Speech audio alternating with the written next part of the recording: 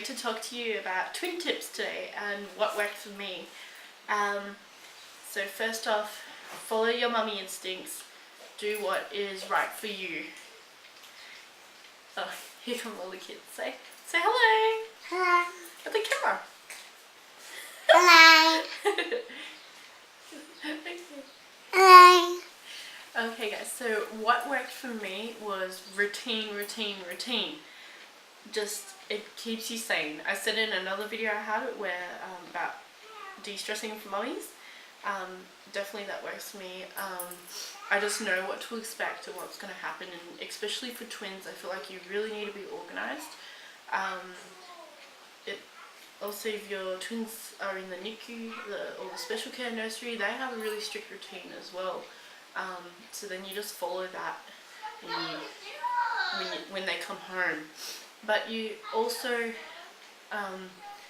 don't stress when it changes, because it will change frequently. So you know, the first month it will change, then 2 months, 3 months, and then when they get older, so from 6 months to 1 year, it will stay the same, the routine, but you know, it's constantly changing the routine.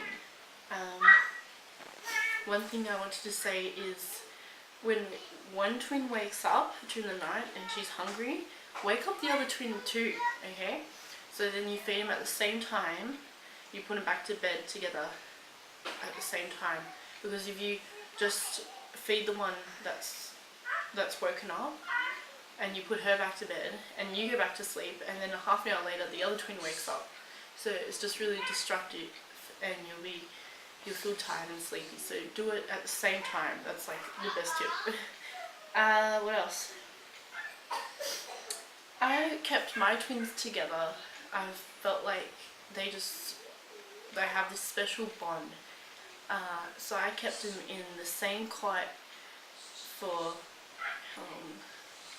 maybe the first 10 months. They were in the same cot together, so they were head to head. And they were so cute, and sometimes, you know, they would hold hands, like they reach out their hand and they'd hold hands in the cot. It was just so cute. I felt like they slept better together, because once my son moved into his bed, we put his cot into the twins' room. So then Marion and Flo had their separate cots, but then Marion would always jump over into Flo's cot and sleep with her every single night. They just hated sleeping separate. Marion always wanted to be with her sister.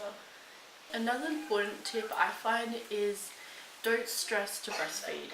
You know, breastfeeding one baby is hard enough for some women, or such as myself, where my son had a tongue tie, so it wasn't the easiest, you know, experience to try and breastfeed him. So when it came to the twins, I really wanted to breastfeed, and I put a lot of pressure on myself to do that. But you know, them being preemie, me being sick when I was pregnant, I didn't have that much milk. But I still tried so hard. I was expressing all the time, and what happened was I ended up mixed feeding for 7 months. So I'd breastfeed one twin, and the other twin would either have formula or my express milk. I didn't actually get much milk out from expressing, so it was more likely formula, and then I just swapped them during the day of who got breast milk, who got formula. And you know what, that made me really happy. I was really proud of myself to do it for at least that long. Considering for my son, I only did it for 1 week. So definitely don't stress yourself to breastfeed. If you're finding it all too hard, you're finding it too hard to put both the twins on your boobs, just do what you feel is right. You don't want to be stressed out and crying, because then the babies feel it as well. So just do what you feel is right. It's still food, and formula isn't bad. You know, just do what is right for you and your family. I would accept any help you can, so especially when you're near the ending stage of your pregnancy, ask people to cook some meals for you so you can put in the freezer. So then, you know, they sleep, you know, when you're hungry you don't have time because you're in between like expressing, feeding, taking care of your older children. Just pull out frozen meal, heat it up, and you're done. You know, you don't have to go through all the cooking, especially if you haven't done groceries. Yeah, or even someone to come over and help clean.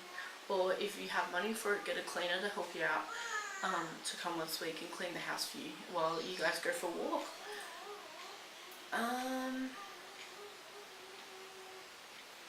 Yeah, so that was my other thing. Don't stress about the house. Seriously, if it's getting a little messy, don't stress yourself about it, okay?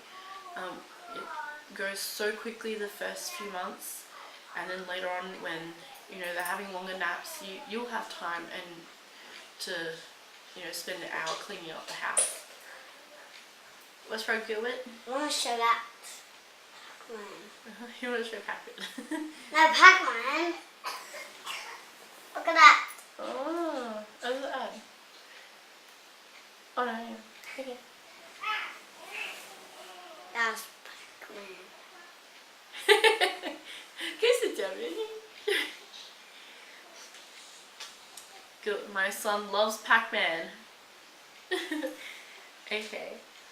Another thing is, get to know your little babies. You know, spend some time with one of them and the other one, just to get to know their little personalities. They're always a little bit different.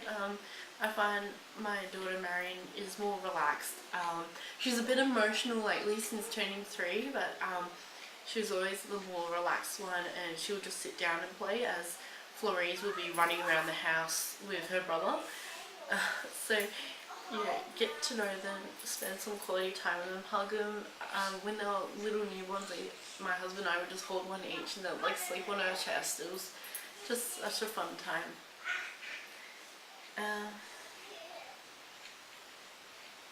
One thing you might have heard is sleep when they sleep. So me having Gilbert, who was, how old was he? He was about 18 months when the girls were born. I would put the girls to sleep for a nap at midday or whatever it was, and then my son would have had his lunch, and then I would go into the bedroom. I would give him something to do, like play with something, look at a book, or even if he was like not interested, I would give him my phone to look at YouTube or something like that. You know, it's only for an hour, so big deal if he's on the phone for an hour. If that means I can have a nap, okay?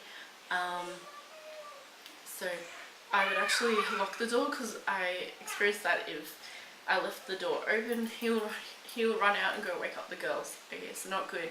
I would lock the door, he'd stay there on the bed with me, and sometimes he would fall asleep as well, so, and that was really good. I love going for walks. I've always done that. I still do it now. I find it really relaxing just when the house is stressing out, like you can't look at the mess, or you're just, the kids seem really rowdy, like everyone's getting a little bit stir crazy. I pick everyone up and we go for a walk. Yeah, definitely. One thing I found is when everyone is screaming, so you got 2 twin girls crying and screaming, and you got your other children crying and screaming, take a breather. Like seriously, they're not gonna die. Just go into the room and breathe for about, 2 minutes or whatever, and just so you don't lose, control, and come back out and think, okay, I have to do this, and then attend to each one. I find that really helps. Okay, so lucky last is find a babysitter. Could be your parents, your friends, your sisters. Find someone to babysit, or maybe even hire a babysitter, so you and your husband can spend some quality time together, get out of the house, breathe, relax, unwind. I find that awesome. In Australia here in Victoria, we actually have this really nice place. It's a hot springs, and me and my husband love going there. It's the most relaxing place on earth, and I love going there. Yeah, so if you have your favourite place, go there. It'll calm you down. Thank you so much, guys, for tuning in to this video, and I hope these tips help you. Love you guys. See you.